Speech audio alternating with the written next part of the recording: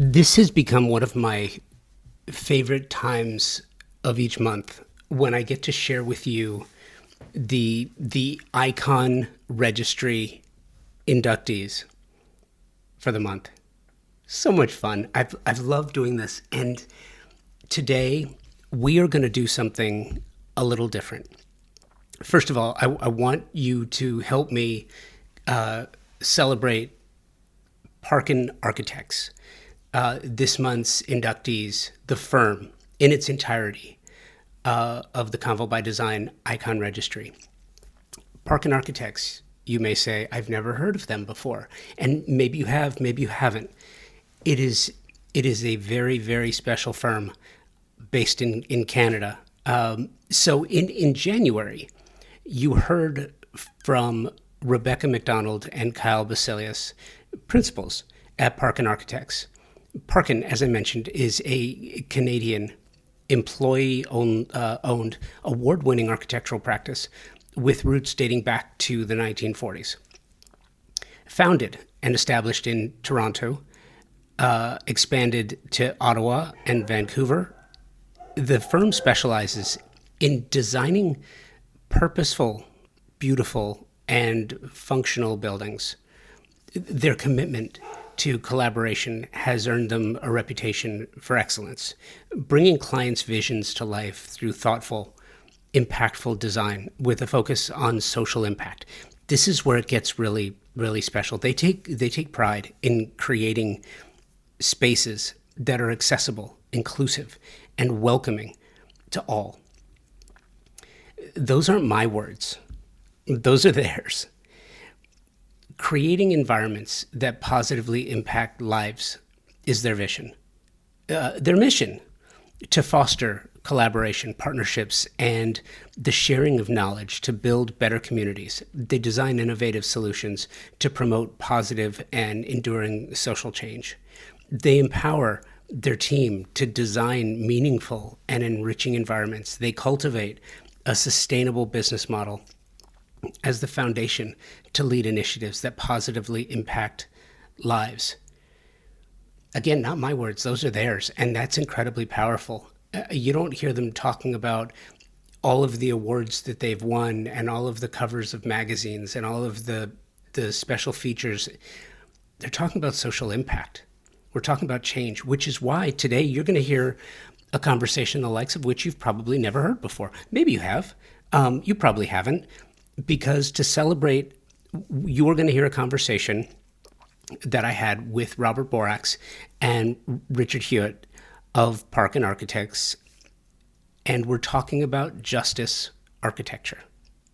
Yeah, prisons, jails, facilities that are created to keep people in, created with a purpose to, some say punish, but you're going to hear something very, very different. You might be surprised. This is justice by design, redefining the architecture of incarceration. You're going to hear about healing over hardship.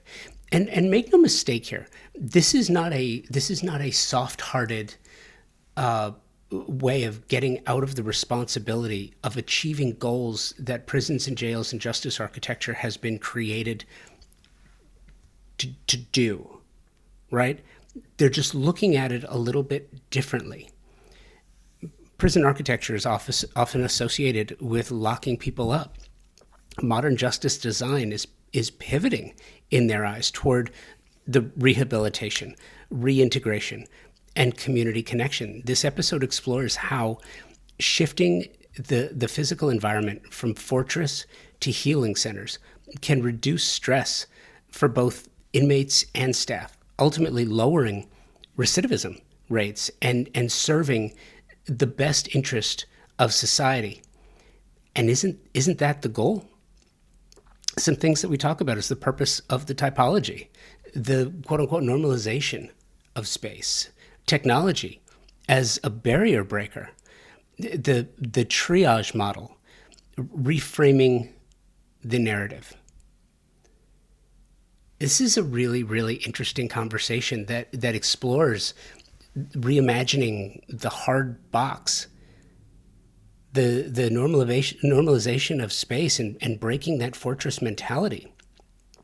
Technology as a catalyst for change. I love that Robert and Richard were completely open about the challenges that goes into this type of design, the same way that Kyle and Rebecca were open when talking about healthcare, which you can go back. I'll put a link so you can go back to listen to that healthcare in design conversation back from January. But this one is I'm thrilled that you get to hear this conversation, because I found it really, really enjoyable to have, talking about something that we just don't talk about that often. But I also think it is an incredible way to honor and respect an architecture firm that, by all measures, is doing things the right way, and starting with a client-focused approach and laser targeting social impact. It's very special. And I want to congratulate Parkin Architects, and not just Robert and Richard, Kyle and Rebecca, but everyone from there. I want to thank Alice Wu for helping me book these conversations. Appreciative, and congratulations, Parkin Architects. Well deserved. Enjoy this conversation with Robert Borax and Richard Hewitt from Parkin Architects. And you're going to hear that whole conversation right after we hear from the Convo by Design Icon Registry presenting partner. It's Pacific Sales Kitchen and Home, a Best Buy company, friend of the show, friend of the industry. And you're going to hear this whole conversation right after this. If you've listened to the show for any amount of time, you've heard me say this, that the most important word in the design industry is service. Product is important, price is important, selection is important, but stellar service is the premier idea that can make all the difference in the success of a project, any project. How design professionals like you demand great service and your favorite brands in one place with expert, knowledgeable, and non-commission sales professionals. It's really important. It means that their only incentive is your satisfaction. Pacific Sales Kitchen and Home, a Best Buy company, has just that, with over 60 years of experience in Southern California. Pacific Sales is your destination for exploration, advice, and inspiration. Now you have the Pacific Sales Kitchen and Home team to help you and offer their Pro Rewards program, which is a trade program unlike any you have experienced before. Earn 3% in Best Buy gift cards, e-gift cards, or 2.5% in rewards checks for every qualified and delivered sale. In addition to special trade pricing, exclusive offers, access to exclusive special events, and so much more than I could possibly tell you about here. And the cherry on top is access to exclusive builder trade incentives from top brands and the stellar service, again, from a company that has been serving the industry for over 60 years. Terms and conditions apply to the Pro Rewards program and builder trade incentives. So visit a Pacific Sales expert at a showroom today for full details and to learn how you can unlock additional savings and benefits. Don't miss out on the opportunity to work with the best of the best. Visit Pacific Sales Kitchen and Home today and elevate your projects to new heights.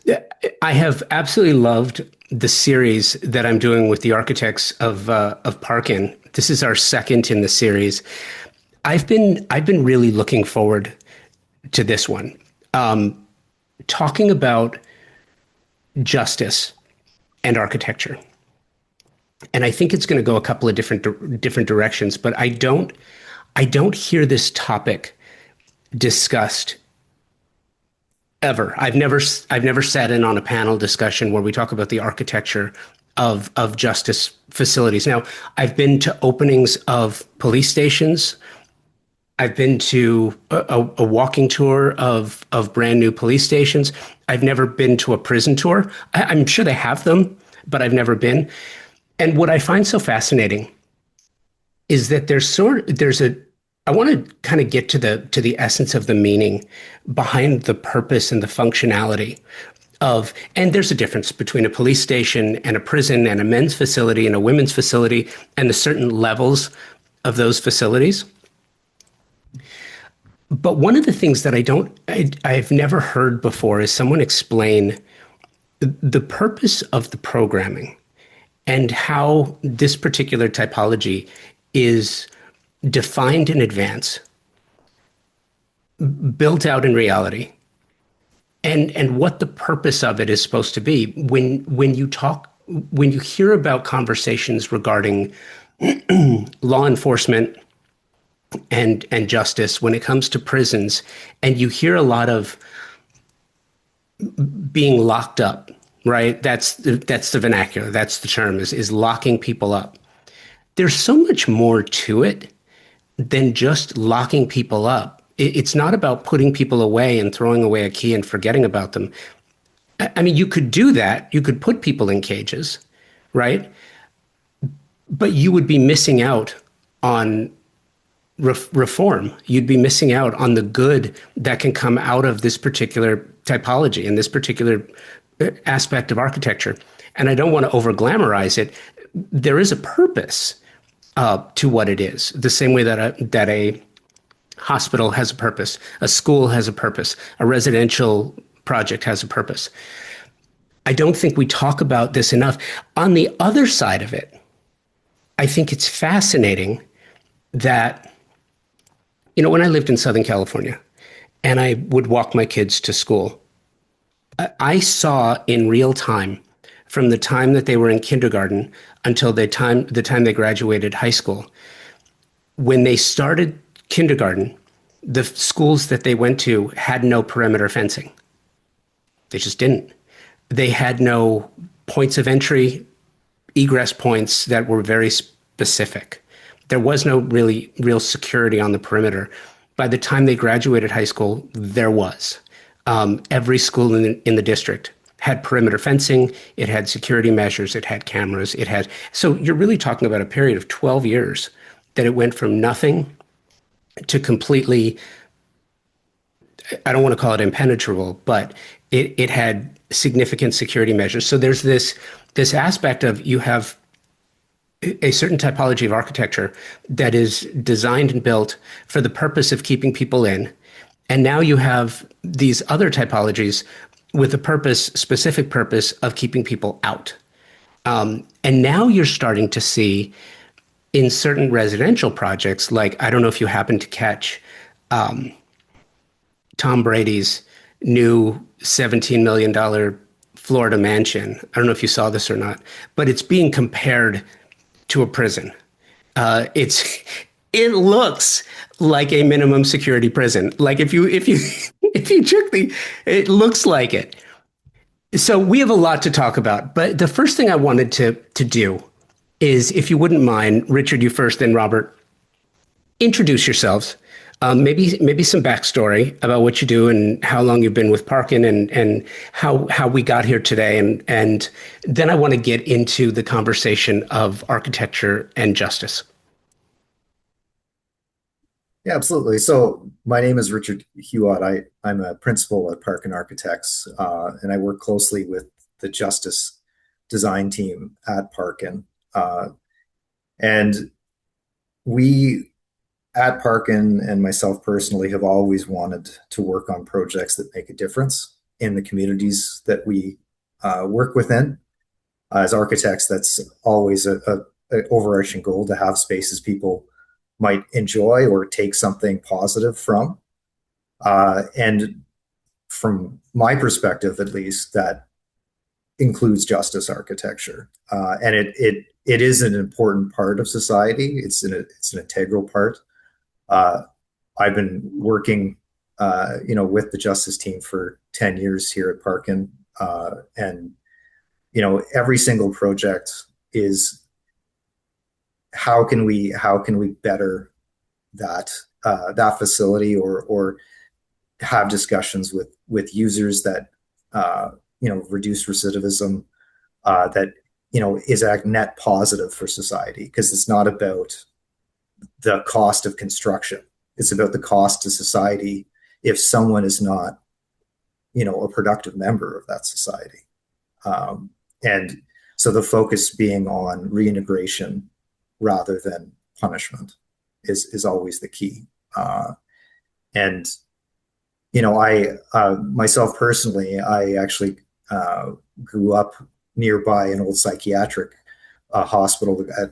I would visit my grandmother that lived really near one, and I would always be very intrigued by it. And quite interestingly enough, uh, Robert and the Parkin team were working on major works at the time when I was still kicking around seeing my grandmother. So I've had a standing connection to this kind of work and always been an interest of mine. So um, I guess it's a bit about me.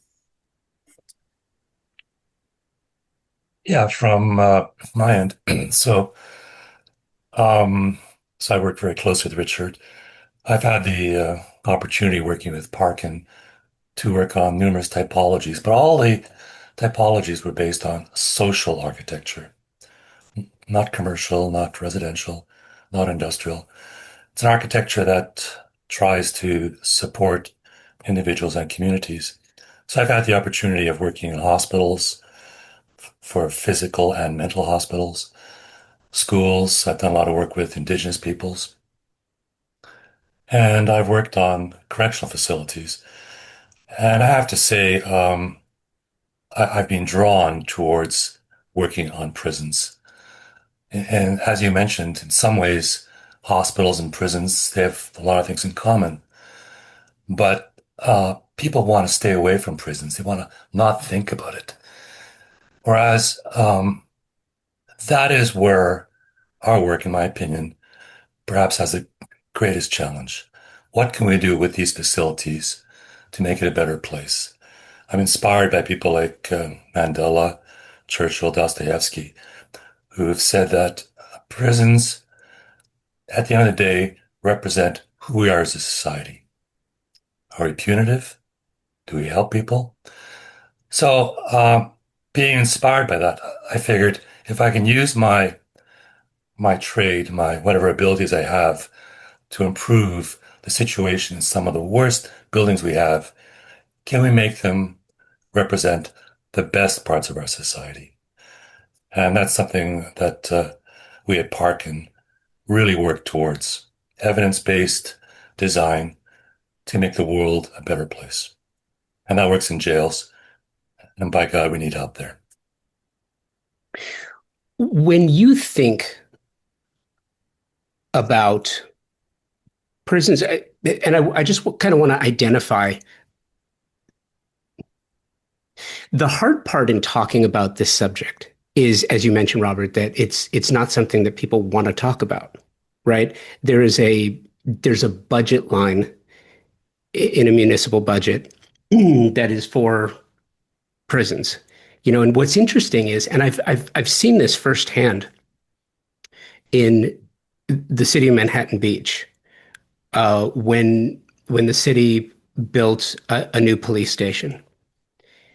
It was over the top.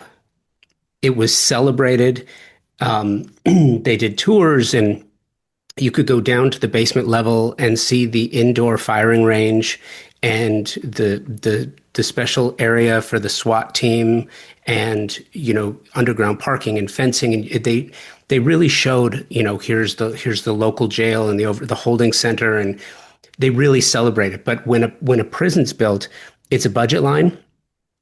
And then the budget line is affiliated or associated to how many people can be housed there. They don't really talk about the programming that goes into it, and I to your point, I think I feel like that's an important part for you, is looking at the recidivism rates and looking at what it means to provide programming in a construct like this, where you can help people. You can help in their reform. You can help in healing past trauma and maybe getting them to a point where they can be released and be a constructive member of society. But that all starts with what happens once somebody is taken into the facility. How do you think about not like a police station, because I actually want to get to that in a little bit, but when you think about a prison, a correctional facility, in a new project, how do you take that on? How do you wrap your head around it? What is it that you think about before any lines are drawn, as you're sort of thinking about what the project is and where it is and who it's being constructed for, how do you approach that? And either one of you can take this on first. What's the process? For us, the fundamental question, and you raised it earlier, Josh, is what's the purpose of this place? We need to understand from the client, what is your end goal? Is it to punish? Is it to rehabilitate? Is it to separate individuals from society that, that may hurt themselves or others? So we have to get to the baseline. What is the purpose of this place? And once we've defined the purpose, then we start looking at evidence and statistics and say, does the purpose meet the end goal? In other words, at the end of the day, when this person is released, do we feel that we wanted to punish him so he'll never come back again? Do we feel we want to cure him from mental health or addiction issues? Do we want to,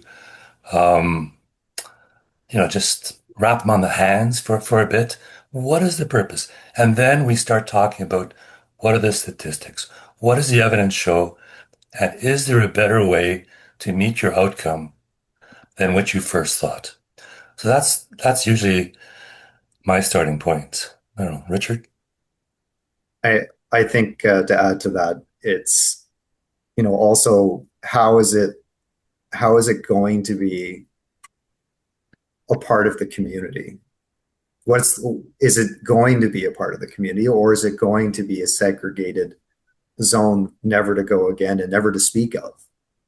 Because those are very different approaches. And from a normalization standpoint and from a destigmatizing standpoint, it's about often making it a part of a community and trying to invite the community in, making it a comfortable place for someone to come and ask directions, right? To go visit a loved one. Because at the end of the day, if you don't have people visiting loved ones in these facilities, it's a lot harder for them when they get out because they don't have those connections in the community to help them when they are released, regardless of the length of stay. So I think making it a part of the community is really, really an important part of, and how we address it and how we achieve it is really, really important and an important early discussion. What's fascinating about this subject matter too is you don't often have for different typologies get definitions and categories. Like, for example, a supermax prison is built for a very specific type of offender. These are generally people who aren't going to get out anytime soon, if at all, right? And I would imagine that a project like that is built in a very specific way to make sure that those that are there are there to stay in. But I think there's something very unique, and I'll start specifically with a project that Robert, you worked on, and that's the Rankin Inlet Men's Healing Facility, right? I think the name alone, it's not called a prison, it's not called a jail. Calling it a healing facility, I think, has purpose and meaning from the very beginning, and the way you describe it. In designing this facility, Parkin took into consideration the unique challenges of delivering a project in northern regions, including remote delivery methods by barge and air, permafrost, and challenging climatic conditions, the construction methods, and supported the business. But the way you describe the facility it is designed to provide a healing environment for Indigenous individuals who have come into conflict with the law. That's just a very interesting. I've never heard something described like that before. And I would imagine that in the very description, that informs the way that you see the final project. Yeah. Okay. There's so many aspects to prisons that we've touched upon. First of all, this was a prison primarily to house Indigenous people, the Inuit people of the North. The incarceration rates of of Indigenous peoples is is difficult to listen to. Within Canada, Indigenous people make up 4.5% of the population, yet they represent almost 40% of the inmate population. Absolutely crazy. And we see the same in other countries like Australia and New Zealand. So right there's a question. Why is the population so disproportionate? And even that raises many questions. Do these people see crime and punishment differently than we do, through a different lens? Perhaps. Is there too much use of substances, alcohol or drugs? Perhaps. But it raises a lot of issues. Also interesting, before we start that project, there's another facility in that territory that gets routinely ripped apart. There's incidents almost every week. Things are ripped up. It's not good, but it's a very difficult environment. The Rankin project decided, let's try a different approach. In fact, the building is made out of drywall. For a lot of reasons. It's difficult to make cement in the north. So, and we decided let's make it a very soft facility. And it's amazing when people enter the facility, that destructive nature basically disappeared. The biggest concern upon opening was that there wouldn't be enough officers, guards to go in there because they'd be so afraid of being in a prison made from drywall. I visited the place about 5 years after it was opened, just to have a look around, see how it was going. And I said, what's the biggest issue with this prison? Is it being ripped apart? No, the answer was there's not enough places for officers to work here. Everybody wants to work here. One last story about this place. I could go on and on. But one of the administrators from the territory, he gave us a story that one day he landed in Rankin Inlet. He told the taxi driver, take me to the jail. And the taxi driver stopped, was very indignant, turned towards him in the back seat and said, it's not a jail. It's a healing center. People are proud of that facility. As Richard said, it looks like it's part of the community. It's like a school or library. It's destigmatized. All these things help as part of the healing process and the readmittance. So we could go on, but there's some highlights there, Josh. It was an inspiring project. We learned tremendous things. Among other things, we learned that we as Southerners have so much to learn. We learned so much in terms of the application of what a space can do, interactions, how we can soften a place, and in so doing, create better outcomes. So we're taking lessons from the North and we're trying to apply them to the South. I find it fascinating how, just in this very conversation, it's interesting how prison architecture, as you're describing it, is becoming less prison-like.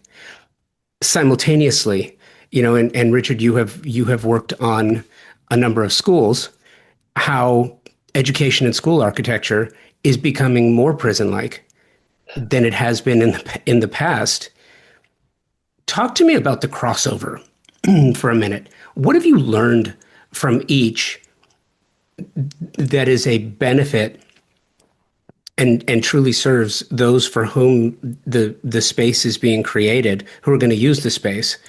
And what can be removed, sort of the over-the-top aspect? Like, for example, Robert, just hearing you describe this facility and sort of taking down the temperature level as those who are entering the facility see it, I would imagine that helps the process from day one, lowering the stress level, because nobody wants to be there, right? So lowering the stress level a little bit. And while we're not necessarily talking about education, I think there is this perception too from students, like day one of school, it's a stressful day going to school, and you hear about how traumatic middle school and high school can be. What have we learned from each of these typologies that is of benefit? And how do you harden the enclosure? How do you still protect the enclosure of these facilities without making them prison-like. So what defines a prison from the exterior, and how do you keep external forces out while keeping internal forces in, while simultaneously and at the same time programming it to serve those who it's been built for? Richard, you want to start? Sure. So maybe I could talk to one of the things you said earlier, Josh, about how uh, you know some schools, when your kids went to school, they didn't have a fence and they didn't have you know the cameras and all that. And as these school shootings that have kind of gotten worse, and other events at schools throughout North America have continued to occur, the security measures have continued to increase in schools, and have created a feeling of tension, right? As you come in, almost like you're entering a secure envelope, right? In a lot of ways, you are. Going back to the example of the Rankin Healing Center, it doesn't have a perimeter fence, and so that was appropriate for that community, right? It's a fairly isolated community. If someone was to escape, they don't really have much place to go, right? And that's an example of looking at the site specificness of each project, and to say, what, this makes a lot of sense to break down those barriers and reduce the tension right before you even enter, right? And as you walk in, we often talk in design circles here at Parkin, is it's the approach. As you approach the facility, what does it feel like? Does it feel like you're approaching a fortress, or does it feel like you're approaching a high school? A high school is a lot more inviting than a fortress, right? And we certainly hope we're not designing high schools to be a fortress, right? So we've got, this approach is really important, and then kind of that initial entry is also extremely important. The acoustics, that people can be put at ease. There's facilities that we talk about that provide a cup of tea to people as they arrive in a correctional facility, to again lower the tension. You know, and yes, they might go through searches shortly thereafter, but it's about making people feel at ease, and to try to minimize that anxiety and that stress for everybody, including the correctional officers that work in these facilities. And I think in terms of schools, there are a lot of parallels in the sense that,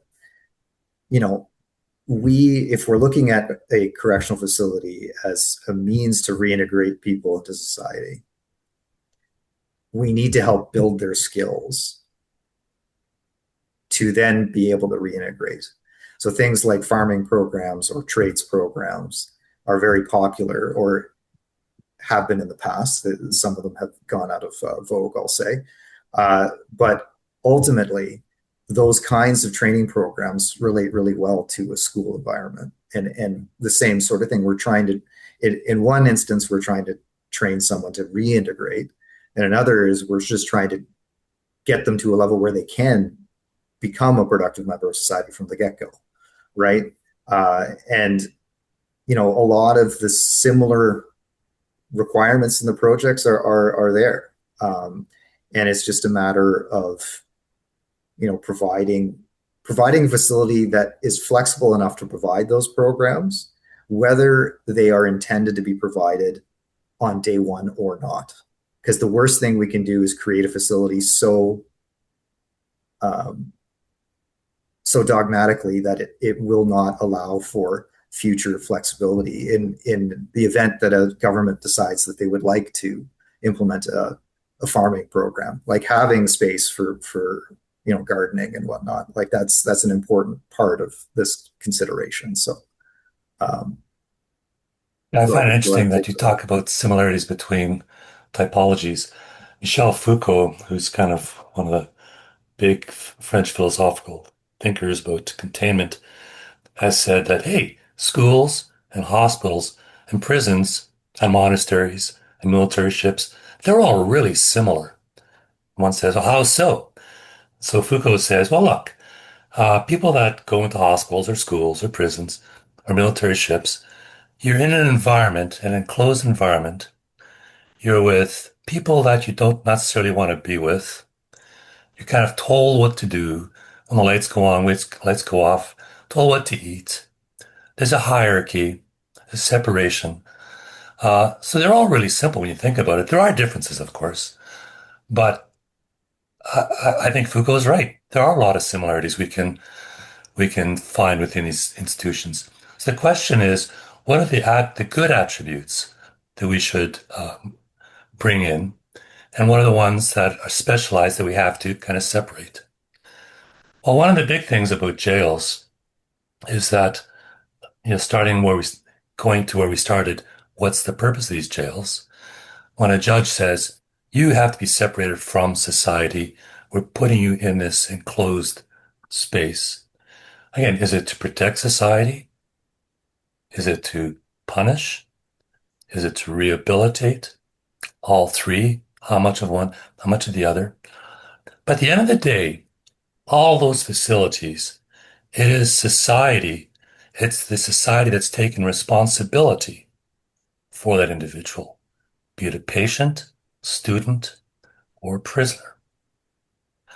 Now that we've taken responsibility for those people, what do we do? What do we build? What programming? What pills? What operations? What do we have to do to, as a society, to improve that situation? Therefore, the question is, what is the need of those individuals? What's the profile of those individuals? So we need to understand what is this security. If jails are more than just punishment, we need to understand what are those needs, what's the security profile. And when you really get down into it, when you look at it, when you analyze, one will find that most people aren't maximum security threats. They probably won't run away, and there's few that'll come in to try to break them out. There are some, but that's the minority. So we really need to understand what is the need, what's the threat level, and then we design towards meeting that need and meeting that threat level. And from what we're seeing, we're much too afraid by having to put barbed wire fences all over the place. I don't think we need it as often as we think we do. Therefore, we don't need fortresses. We need places that support people in a dignified manner that responds to the needs as well as the circumstance. Perhaps they are very sick. Perhaps they are violent. So we deal specifically to those needs. And I think hospitals, schools, and prisons should do that. They should reflect, again, the best of society. It's I just think it's so fascinating and interesting to look at since the pandemic, which, and I've talked about it a lot on the show, because I'm just so interested in this shared experience, right? That's everyone around the world had the same experience for the most part at the very same time, which it's hard to find moments in time where that happened. World War II, World War I, 9/11 happened in the US and everyone around the world felt it, but not the same way. The pandemic, everyone felt it around the world in very much the same way. And you talk about being locked in an environment with people that you don't necessarily want to be locked up with. I think many families experienced that during the pandemic, which was sort of a prison-like experience for many. If you hear them describe how they felt about being at home 24/7 for as long as months as they were. And one of the things that has led into this, especially with the Nancy Guthrie kidnapping, it's really interesting. Safe rooms have been gaining in popularity exponentially here in the States.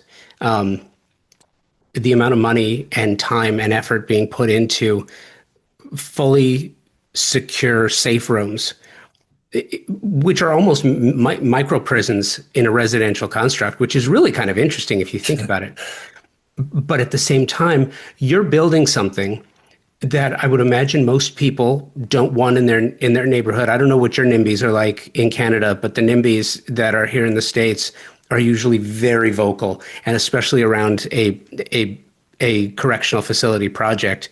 So they're generally pushed to outer areas that are harder to build in, less tolerant from weather. Um, and I'm curious how you navigate the budgeting process, the community support process, how technology is affecting means and methods, materiality, and is that changing the way you design? Technology will have a huge, huge effect on corrections. So without a doubt. Um, if we need to track people, we can do that electronically. Not an issue. They can stay at home. Um, we are seeing AI entering the process way more, and we have to design for the future. AI will allow for facial recognition.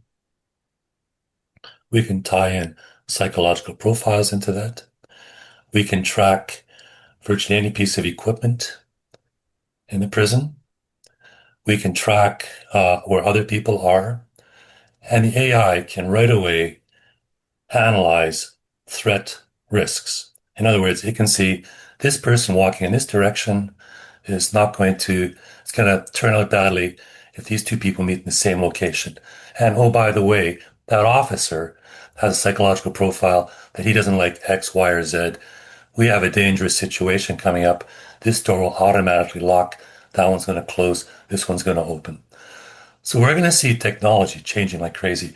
We will be able to monitor people's, if there's a threat situation in a cafeteria or a singular cell with one person, we can we can measure their body temperature, their heart rate right away, and we can see if things are getting testy. And AI can instantly respond by saying, send an officer there, or close the door, or reduce the temperature, or whatever. So we're going to see technology changing the face of corrections to the point where, do we even need prisons? I'm quite serious. Okay, so that's going to have a big effect. With respect to the NIMBY, if a prison is a fortress with barbed wire, I can see where people feel uncomfortable. But if a prison is seen like a school or a library, like the Rankin facility, which has no fences, it's part of the community, then people all of a sudden see it, oh, it's just another building. Oh, it's just part of the fabric.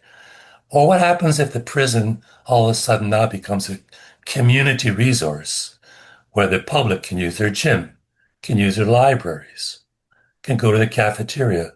And that is happening now, Josh. We're building prisons where the community can come into the prison and use the gym. We're making it part of the community and not a scary fortress. And that makes it a lot easier to build in the community. It reduces stigma and fear and the unknown, because the unknown creates fear. But if it's part of the community, and we're seeing it happening, that stigma is reduced and the costs go down. Anyways, there's lots of, prisons are rapidly changing if we allow them to. Richard, any other comments you can add to that? Yeah, I'll say NIMBYism is alive and well in Canada as well, Josh. So, but I think ultimately, uh, you know, there's always going to be people who will be opposed, but uh, you have to have those honest, frank discussions with community members, and you know, it has to go somewhere. It's an important part of society. Without a correctional facility, society can't actually fully function. Like there needs to be some method to house these people, right? Um, and so ultimately, um, I think a lot of the conversation goes around how it actually brings good jobs to a community. Sometimes in communities that have a hard time attracting industry. And I think the key there is that every single facility, the true lifers are the staff. And so we need to make sure that the facility that is created is a facility that the staff, the people from the community will be proud of, and that will be, happy to go to work every day to say, I'm contributing to the betterment of my community because I work here. And, that happens in a lot of ways, in simple ways. If you think about just having a place where they can actually see the outdoors when they're working, right? You see a lot of correctional facilities that is minimized to the greatest extent possible, right? Because it's about punishing the inmates within it. But if you allow for some of that daylight, some of those views of natural elements, that alone goes a long way into making it a better place for the staff and for the people of the community who ultimately work in that facility. So that's a big part, and of course it's better for the inmates, the residents of the facility as well. It's proven to reduce stress and tension, right? And that's positive for the correctional officers because then there aren't as many incidents because everyone's stress is lowered. So I think ultimately the focus goes quickly to how can the facility contribute to the community, just like Robert said. Is it a gymnasium? Is it jobs? Is it a library? What is it? Good point. And to illustrate Richard's point, in Canada, there's just one criminal law, and that's across the country. And we have called federal prisons and provincial. Anybody that's on remand, that is anybody that's been arrested but it's not being convicted in court yet, they go into what's called remand facilities. In the States, I believe you call them jails. The average length of stay in jails and remand facilities, believe it or not, no, the median length of stay is 19 days in Canada. 19 days. And most of the population is remanded population. That means those prisoners that we put in jail, they're back on the street very often within weeks. And they're standing beside you at the supermarket or the hardware store. They're back in the community. And that illustrates Richard's point about the officers maybe working there for 19 years, 30 years. It is also a work environment. It's not just a prison. We need to attract officers to work in good working conditions. To Richard's point, yeah, fresh air, some natural light, good acoustics, just feeling good. And with that, we're able to attract better officers. And again, the pay's got to be commensurate. And this just creates better places. Going to we meet a lot with user groups, both across the board. And I was struck one day when an officer said, I wish people would see being a guard as being a lovely work position. I wish kids would look up to prison guards like they do towards firemen and policemen, saying, yeah, I want to be one of those. So how do we attract people? Well, there's many ways, pay, but a good work environment is another thing. Happy staff, happy patients, happy inmates. We're trying to reduce stress and just make it a comfortable situation because stress is one of the biggest security factors.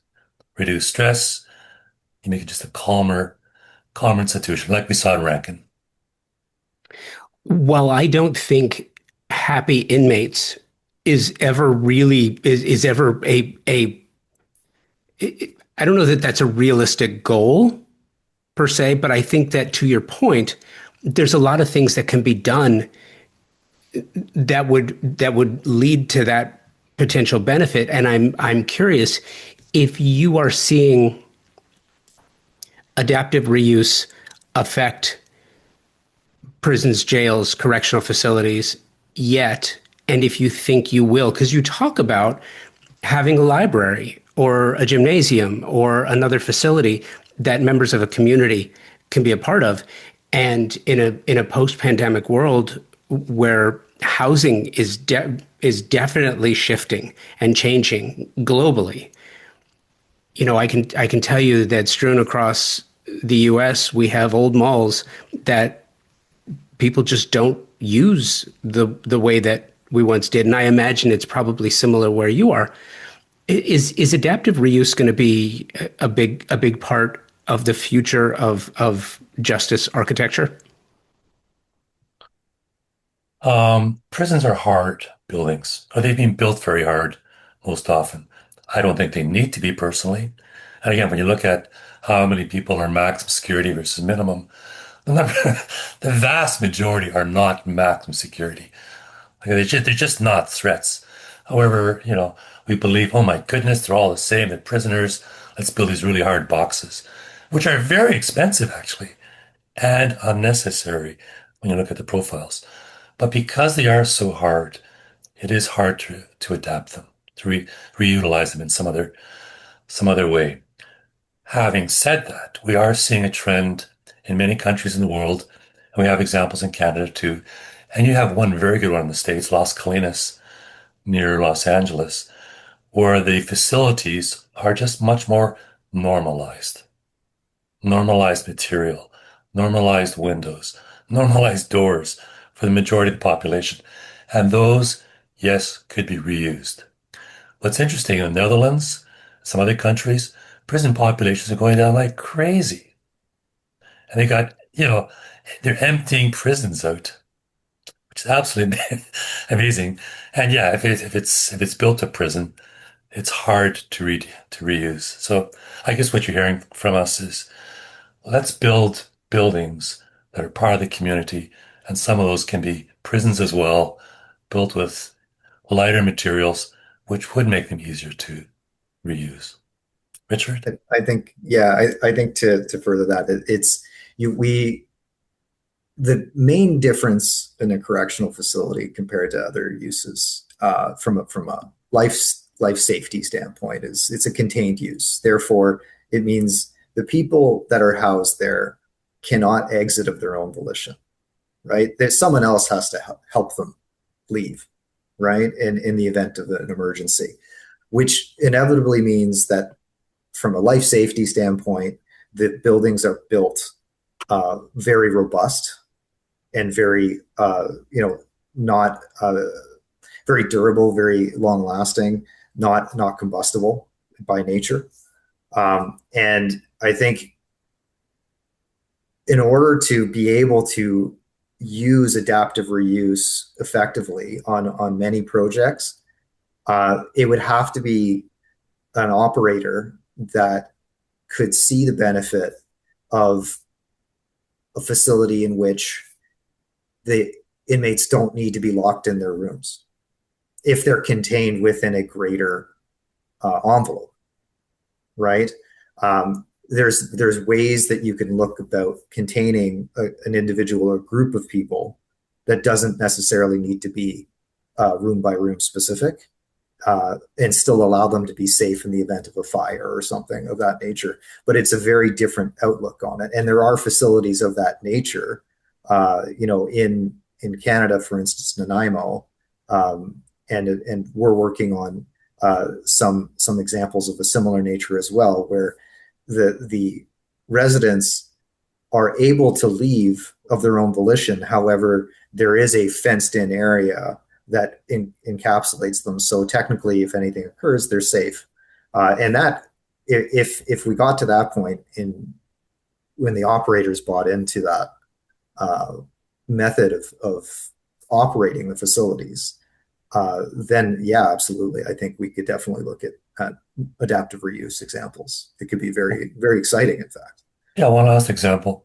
We know in the federal system where people are kept there longer than they do these security profiles, there's numerous jails that have large minimum security housing. And it's shocking. You go there and it's like a suburb. It's like a house after after house that you'd see in a suburb. They have picnic benches in front, not even a fence around the place. The inmates, they pick up their food once a week at the commissary. They each have their own private bedroom, they have a living room, kitchen, cook their own food. It's like a suburb. And so I remember asking one of the officers there, well, what percentage of these guys were actually, first degree capital murderers or capital crimes? And he said, oh, about 45%. I go, what? And there's no fence around this place? Well, yeah, it's just that, they know they're in for a long time. They can be in a really crappy cell with somebody else that stinks, or they can be in this better environment for a longer period of time. And of course, they're going to choose a better environment, so they behave. And there's an example where we have, very simplistic materials. Because if they run away, they'll get caught and they're thrown back in the not so nice place. So there's an example, Josh, of using materials appropriately. Do you see do you see changes in a it sounds like we're talking about a philosophical approach to this particular way of building prisons and jails. And I'm wondering, adaptive reuse is something that is very much on the fore of conversation in every architecture circle, right? The other is infill projects, depending on where one happens to be.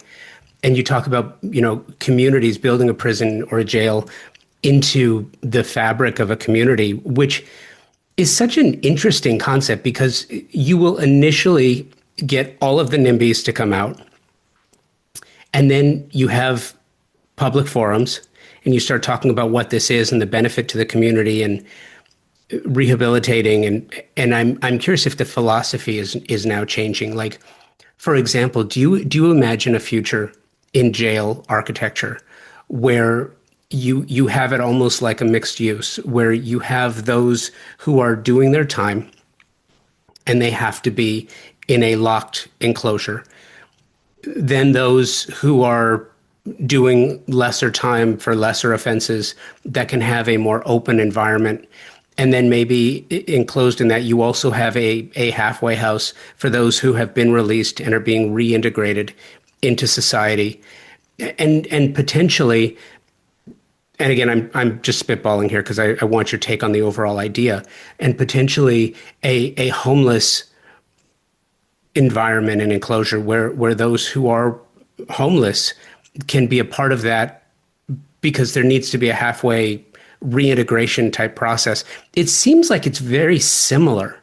And I'm curious if you ever see an environment where this type of architecture takes on that role within communities.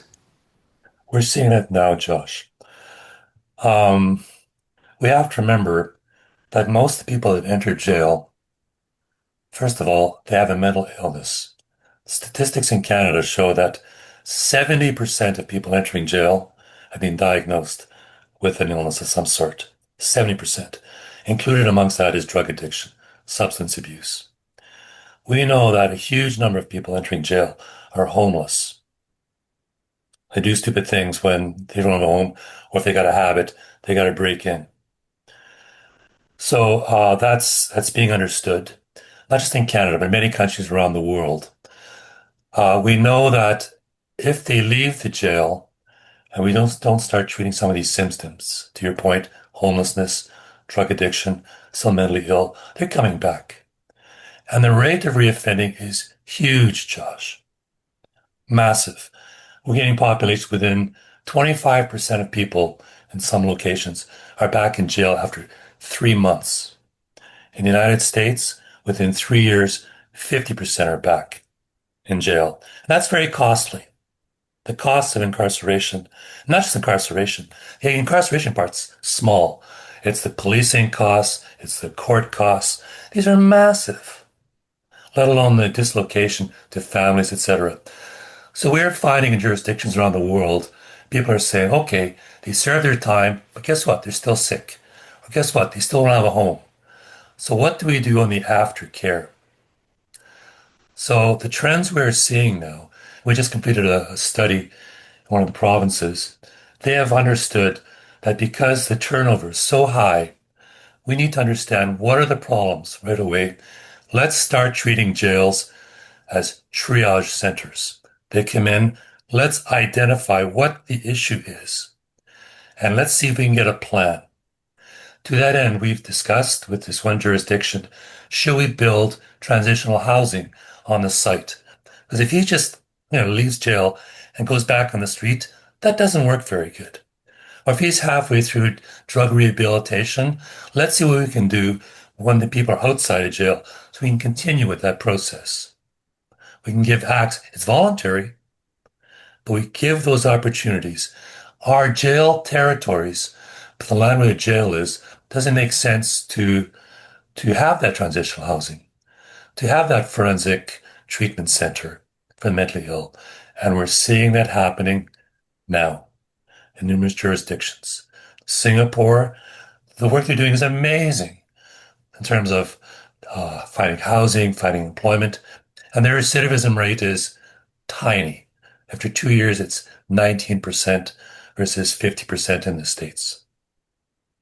That's because there's this understanding that jails should be a continuum, not just a one-stop place to slap somebody over the hands. And in so doing, it becomes part of the community of healing and care. Last question I have for you. And Richard, I'll start with you. And I'd like both of your take on this. Because justice architecture, and again, I think you have to separate it, right? You have the often celebrated architecture, as in that of police stations, versus the often reviled and less celebrated correctional facilities, as far as people wanting them in their communities. Everybody wants them, but because what they're, everyone thinks of Shawshank, they think of these horrible facilities.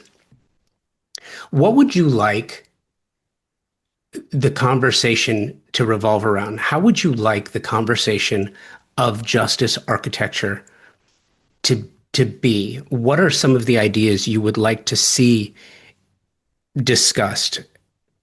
How can these ideas, how can it become not so scary, but actually define and discuss what it actually is, and that's benefiting society through different means and methods?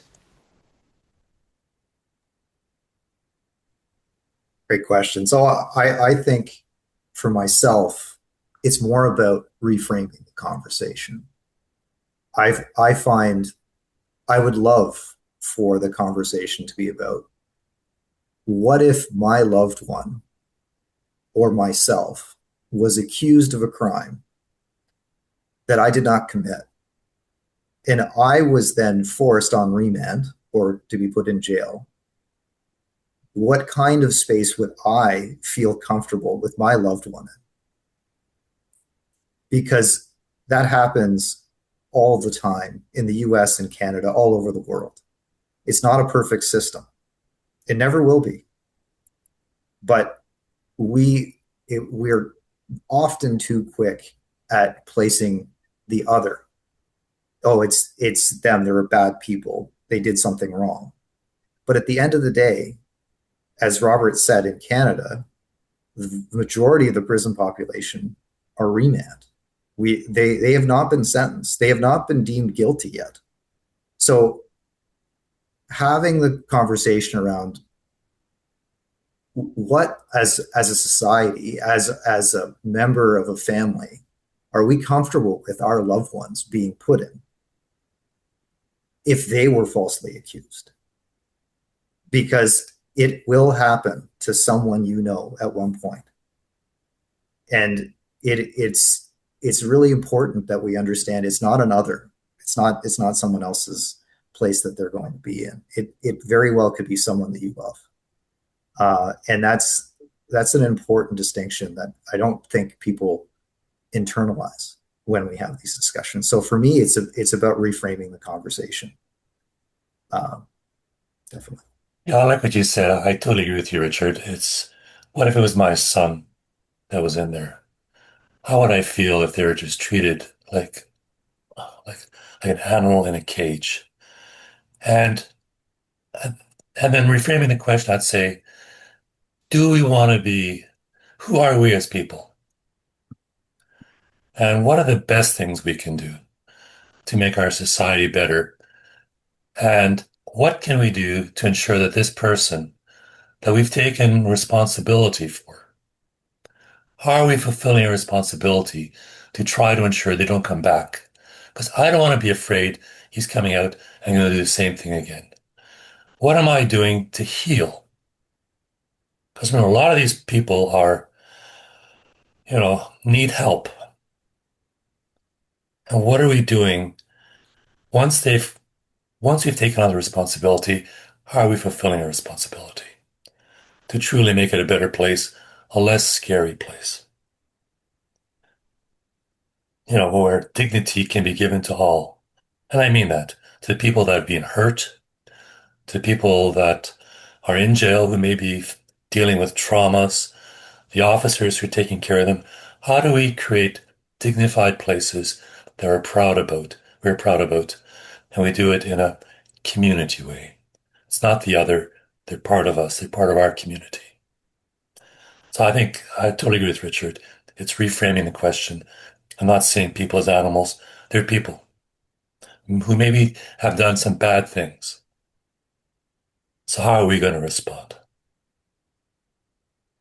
And I think that that's a great place to put a pin in this until the next time we speak again. And, you don't ever really accomplish everything you want to talk about or everything you want to accomplish in one conversation. But I think having a start and having this as the first brick in the road, this was fantastic. I cannot thank you both enough for being a part of this and for taking some time to talk with me.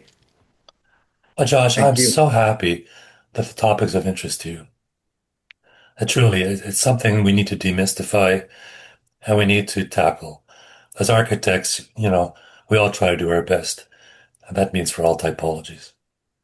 So thanks for the topic. And absolutely. And I'll say that it is a bit of a faux pas topic to discuss, even in architectural circles, often. And it is really refreshing to see the interest and so thank you, Josh. Absolutely. Thank you, Robert and Richard. Thank you, Kyle and Rebecca, for the conversation we had back in January. Thank you and congratulations to everyone at Parkin Architects for being this month's Convo by Design Icon Registry inductees. And again, Alice Wu, thank you for helping me secure the booking and scheduling everything. Greatly appreciated. Thank you to my partner sponsors, Pacific Sales, Kitchen and Home, Timber Tech, the Best Buy Company, James Hardy, and Shelter Republic. Remember, Shelter Republic is the program that we're running here at Convo by Design. It is a community for you, designers, architects, makers, those in the industry. It is a community to foster conversations, peer review ideas, and share your thoughts. So it's free to join, but you have to have an invitation. So make sure that you reach out to me at Convo by Design with an X on Instagram and Convo by Design at outlook.com. And let me know who else you would like to hear on the show and where you'd like to see the show broadcast from live. Thanks again for listening. Until next time, be well, focused, and driven so you can rise above the chaos.